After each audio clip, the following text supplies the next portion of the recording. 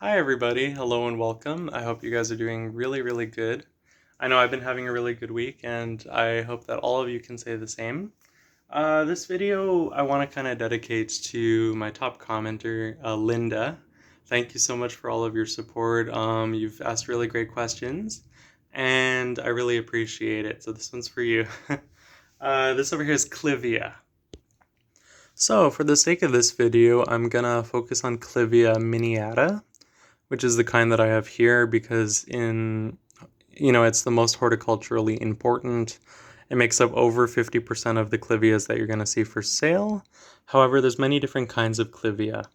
So clivia is in the Amaryllidaceae family, and you might be noticing that it's got similar characteristics to Amaryllis, belladonna, agapanthus, those sorts of things.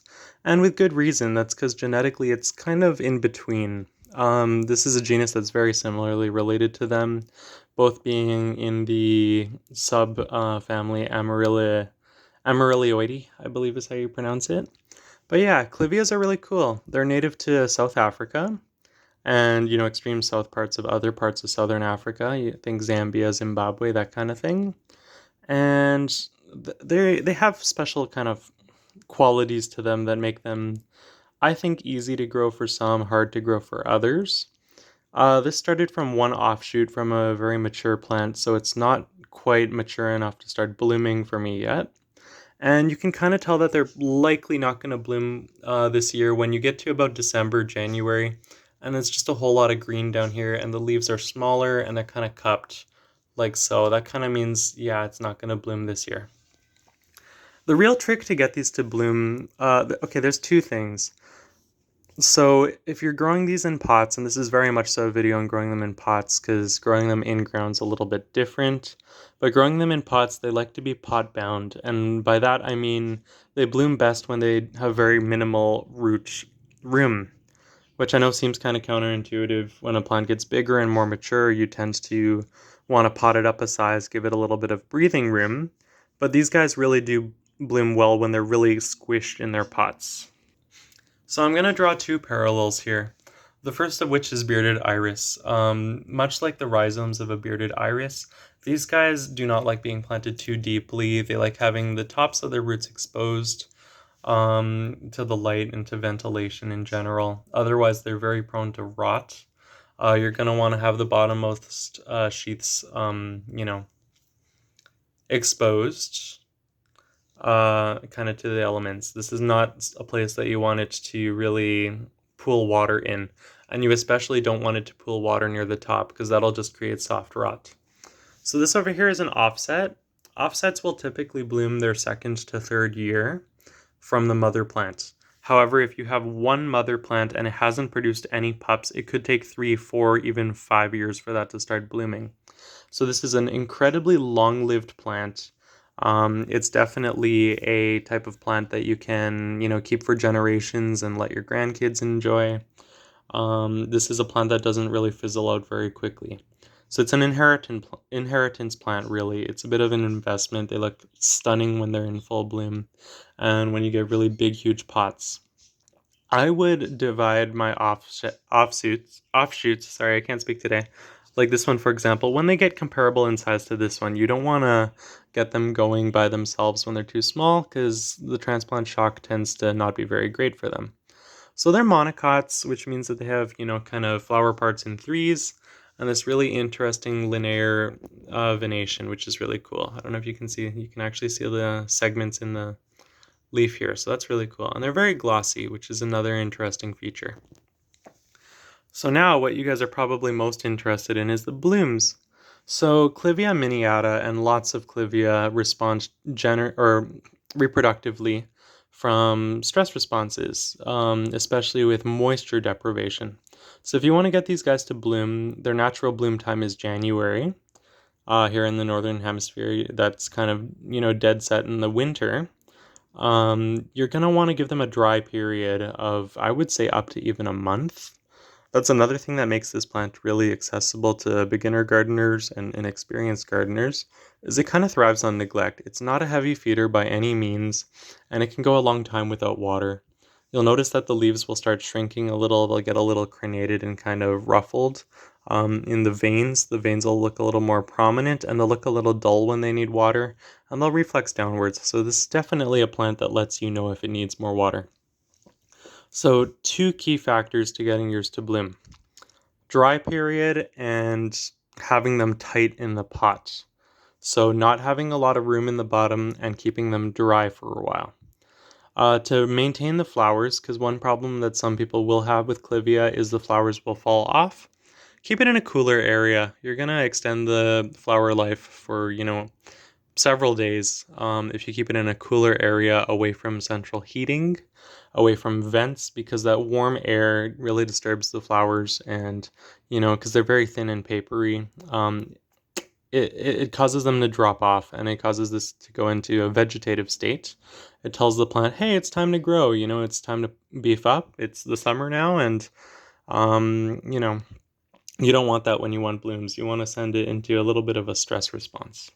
So a little bit more on their nomenclature and their name. Clivias can be known as natal lilies, given their bloom around Christmas time. And they can also be called bush lilies, which is kind of, a bit of a misnomer, because, or a little bit confusing rather, because a lot of agapanthus are also called bush lilies. It gets a little bit confusing. So I'm going to show you kind of the general color that you're going to get on these when they bloom, just on my other phone here. So you'll quickly notice that the blooms on these guys are typically yellow-throated, and the outer part of the corolla or the petals is typically an orange or a yellow or even a red-orange. They're warm blooming colors. They come in clusters of up to 15 or so flowers, and the flowers, they stand quite a bit above the foliage, and they persist for quite some time. So this is, Clivia miniata, by far the most common one. What you're looking for in them is this dark, strappy foliage like this. That means that the plant is really healthy. It's not getting too much light, for instance. You can get clivias in kind of a yellowy white color as well. They're not as common. Some beautiful yellow varieties that are coming out of production nowadays. So yeah, but they're always warm-toned flowers. In their native habitat, they do tend to be really quite striking. South Africa, where they're from, especially around the Cape, is actually one of the world's, most biodiverse places for angiospermic plants or flowering plants. This over here is kind of what you're going to expect for your first couple of bloom stalks, a few blooms here and there. Not all the flowers open at once, they open in sequence, and they produce these really appealing seeds that are, generally speaking, pretty viable. But you're going to get smaller clumps when you start off, just as the plant's maturing. As they get bigger and bigger, you can get some really, beautiful full inflorescences like this one too. So clivias are toxic, to my knowledge. I wouldn't recommend eating them. I wouldn't recommend putting them near your pets. And another thing I really got to say about clivia is, I just completely lost my train of thought. I gotta remember just a sec. Um, oh yeah, they're not fragrant. I don't think any species in the genus are actually fragrant. Correct me if I'm wrong, but they definitely don't smell like much. They might have a bit of a chlorophyll kind of smell, almost like an agapanthus that doesn't smell that much. But they're not really grown for their perfume. Some of them might have a mild fragrance in the morning, but for the most part, nah. So that's Clivia. This is not even the mature size of the leaf. They can get about twice as long. They do very well in extremely poor soils as well. I recommend putting these outside in the summer when you get that long day length. They'll really appreciate you for it. If you get dull, evenly yellow leaves, that's typically overwatering. It's also typically because you have too much chlorine in your water. If you get leaves that are coming off the bottom too frequently, to the point where the top can't replace the leaves in the bottom, typically that's either nitrogen deficiency or watering issues or pest damage.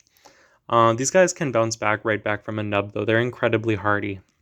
So that's Clivia, specifically Clivia miniata. It's a South African native, also known as the bush lily or the natal lily. It's in the Amaryllidaceae family. And yeah, I hope that was informative. I'd recommend dusting this every once in a while too. They are dust magnets. If your leaves are a little etiolated and too pale in the middle, even paler than this is just because they're new. But if they're too pale, give it more light. You're looking for these dark, dark, glossy green leaves. Yeah, so stay blessed, you guys, and more videos to come. And thank you very much for the suggestion and idea for this, Linda. I really appreciate all your, support throughout the months, throughout the years. You're great. All of you guys are great. So at that, I hope you guys have a wonderful day. Not sure when I'll post this, but Merry Christmas, Happy New Year, in case I, missed that. And yeah, stay blessed.